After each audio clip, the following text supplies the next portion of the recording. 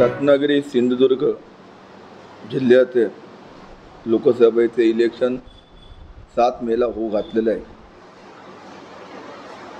आणि या ठिकाणी भारतीय जनता पक्ष महायुतीचे उमेदवार म्हणून माजी मुख्यमंत्री केंद्रीय मंत्री आदरणीय नारायणराव राणे हे उमेदवारीला उभे राहिलेले आहेत। आम्ही सर्वच मंडळी भाजपची किंवा महायुतीची रत्नागिरी सिंधुदुर्गामध्ये तळागाळामध्ये जाऊन ही सर्व मंडळी कार्यकर्ते पदाधिकारी आज काम करतायत। एकंदरीत वातावरण पाहिल्यानंतर राणेसाहेब 2.5 ते 3 लाखापेक्षा जास्त मताधिक्याने या मतदारसंघामध्ये निवडून आल्याशिवाय राहणार नाही। याला प्रामुख्याने कारण म्हणजे 1990 मध्ये या सिंधुदुर्ग जिल्ह्यामध्ये सन्माननीय राणेसाहेब आले,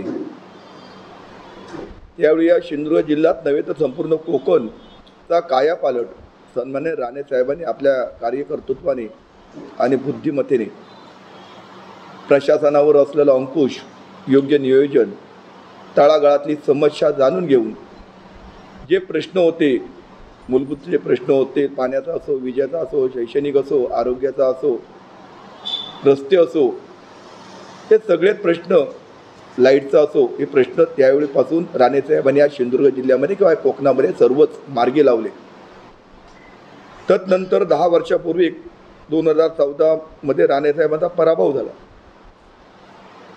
पराभव झाल्यानंतर जे आताचे उभाट्याचे जे उमेदवार आहेत, विनायक राऊत हे त्यावेळी निवडून आले, वैभव नाईक निवडून आले आणि यावेळी त्यांनी सातत्याने त्यावेळी त्यांच्याकडे विकासात्मक कुठलंच काम नाही, फक्त दहशत, खोटे अफवा पसरवणे, ह्या एकाच मुद्द्यावरती या सर्व लोकसभा मतदारसंघातील जनतेचा, मतदारांचा दिशाभूल करून, खोटं बोला पण रेटून बोला, हे बोलून त्या ठिकाणी मतं मिळवली आणि विजयी झाले। आणि या 10 वर्षामध्ये जर आपल्या सिंधुदुर्ग जिल्ह्याची जर परिस्थिती बघली किंवा मतदारसंघाची परिस्थिती बघली, राणेसाहेबांनी जे रस्ते सुसज्ज बनवलेले होते ते रस्ते नूतनीकरणसुद्धा ही लोक नवीन रस्ते सोडा, पण ते रस्ते केलेली कामं नूतनीकरण किंवा त्यांचा मेंटेनन्ससुद्धा करायला हे अपयशी ठरले। आणि आज पुन्हा 2024 मध्ये उभे राहिल्यानंतर राणेसाहेबांचा अप्रचार त्यांनी चालू केलेला आहे। 12 प्रश्नांची उत्तरं विचारतायत। मी त्यांना या ठिकाणी विचारू इच्छितो की नियतीचा खेळ हा सदोदित चालू असतो।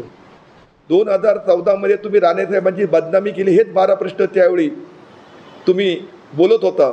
मी त्या प्रश्नाचा उल्लेख करणार नाही, जनतेला माहिती आहे तुम्ही काय विचारताय ते। पण तदनंतर तुमच्या पक्षाचे पक्षप्रमुख उद्धव ठाकरे हे महाराष्ट्राचे मुख्यमंत्री झाले। उद्धव ठाकरे मुख्यमंत्री झाले त्यापूर्वी तुम्ही सातत्याने सांगत होता की आम्ही सत्तेत आलो तर राणेसाहेबांचं आम्ही हे सिंधुदुर्गातली प्रकरणं उघडू, त्यांना आत टाकू, त्यांना जेलमध्ये टाकू।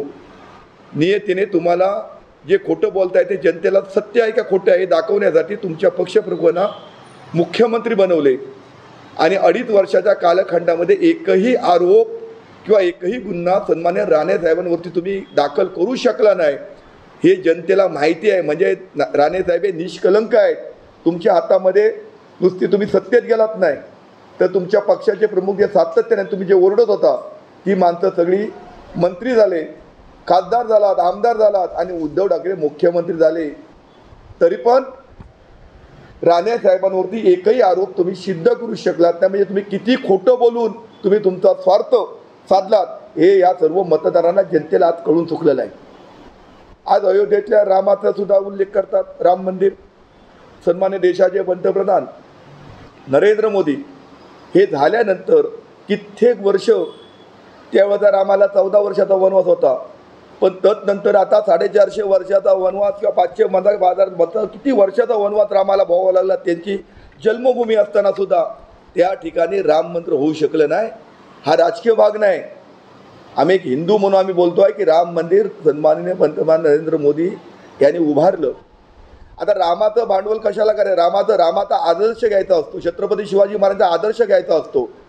हे लोकांना रामाचा आदर्श काय कळणार? मी राऊत साहेबांना मी जास्त खोलात जात नाही, पण राऊत साहेबांना मी सांगू इच्छितो किंवा त्यांच्या उभाटाच्या सर्वच कार्यकर्त्यांना, राम एक वैष्णव होता, एक बाणी होता आणि एक पत्नी होता. एक वैष्णी, एक बाणी आणि एक पत्नी होता. आज आपण समाजात काम करत असताना रामाचा आदर्श ठेवून काम करतोय, ते तुम्हाला कसा कळणार? रामाची जी भूमिका होती, रामावरती जे संस्कार होते, रामाचं जे कार्य होतं, रामाने जे अयोध्येमध्ये जे काम केलं, हे राम आमचा दैवत आहे. आणि या दैवताचा आदर्श ठेवून जरी आम्ही आज समाजात जरी काम केलो तरी आपण कितीतरी काय मोठं काम केल्यासारखं आहे. आज सातत्याने कुठेही जातात, कुणीही बोलतात. मला या ठिकाणी सांगावं असं वाटतं की राणे साहेबांचा जी प्रशासनावर असलेली पकड आणि आज केंद्रामध्ये राणेसाहेब राज्यसभेवरती गेल्यानंतर सन्मान्य नरेंद्र मोदी साहेबांनी पंतप्रधान त्यांना मंत्रिमंडळात घेतलं. त्यांनी अतिशय चांगलं केंद्रामध्ये जाऊन काम केलं आणि पुन्हा त्यांना या लोकसभेमधून त्यांनी आग्रह करून महायुतीचे उमेदवारीचं तिकीट दिलं. मी या प्रसंगी एवढंच सांगू इच्छितो, मी या लोकांवरती जास्त बोलणार नाही. आमची सर्वच मंडळी चांगल्या प्रकारे काम करतायत, पण मी आमच्या काही या पदाधिकाऱ्यांना माझी पदाधिकाऱ्यांना विनंती करतो की 1990मध्ये राणेसाहेब आल्यानंतर राणेसाहेबांच्या नेतृत्वाखाली तळागाळातल्या गरीब कार्यकर्त्याला राणेसाहेबांनी सभापती बनवले. कोणाला जिल्हा परिषद अध्यक्ष केला, कोणाला वित्त बांधकाम सभापती बनवला, आरोग्य सभापती बनवले, कोणा तालुक्याचे पंचायत समितीचे सभापती बनवले, जिल्हा परिषद सदस्य बनवले, पंचायत समिती सदस्य बनवले, नगरसेवक बनवले, नगराध्यक्ष बनवले, बँकेचे चेअरमन बनवले, बँकेचे डायरेक्टर बनवले, सहकारामध्ये खरेदी विक्री संघाचे चेअरमन बनवले, वेगवेगळी पदं महामंडळं दिली. ही राणेसाहेबांनी देत असताना कुठल्याही पदाधिकाऱ्याकडून पैशाचं वाटप करून दिली नाही की तो उभा राहिल्यानंतर त्याचा स्वतःचा खर्च इलेक्शनचा सुद्धा सन्मान्य राणेसाहेबांनी केला. याला मी पुरावा आहे.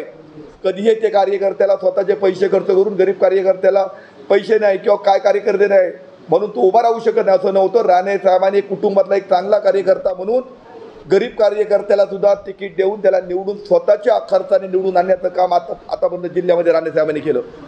त्यामुळे मी या प्रसंगी विनंती करतो की ही सर्वांची जाणीव ठेवून, जरी काही आज पक्षामध्ये आहेत ते प्रामाणिक काम करतायत, पण आमच्या पक्षातून जे बाहेर गेलेले आहेत, आज जे सक्रिय नसतील, जे दुसऱ्या पक्षात असतील, त्यांनासुद्धा मी विनंती करतो की राणेसाहेबांनी आज जे उभे राहिलेले आहेत ते तुम्ही सर्वजणांनी एकत्र येऊन एक आपल्याला जी कृतज्ञतेच्या भावनेतून जे राणेसाहेबांनी आपल्याला दिलेलं आहे, आपल्या खिशातून पैसे खर्च करून आपल्याला ही पदं दिलेली आहेत, तुम्हाला कुठल्याही इलेक्शनला स्वतःचा खर्च करावा लागला नाही, असं असताना एक कृतज्ञतेच्या भावनेतून राणेसाहेबांना एक आशीर्वाद रूपी तुम्ही सन्मानित सहभाग दाखवून राणेसाहेबांना लोकसभेमध्ये पाठवताना तुमचं मत आणि तुम्ही सुद्धा राणेसाहेबांच्या पाठीशी उभं राहणं एक काळाची गरज आणि राहावी अशी मी विनंती करतो. आणि राणेसाहेब निवडून हे येणारच आहेत, पण एक जर आपण बघितलं तर आपल्यावरती जे राणेसाहेबांनी जे प्रेम दाखवलं, आपण राणेसाहेबांच्या गाडीतून फिरलो, राणेसाहेबांच्या डायनिंगवरती बसून आपण स्नेहभोजन केलं, कुटुंबिक प्रेम तुम्हाला राणेसाहेबांनी दिलं, ही सगळ्याची जाणीव ठेवून या सर्व मंडळींची बाहेर गेलेली जी मंडळी असेल तिने एकत्र येऊन पुन्हा राणेसाहेबांच्या छत्राखाली एकत्र येऊन यावेळी राणेसाहेबांना त्यांनी मदत करावी अशी मी विनंती करतो.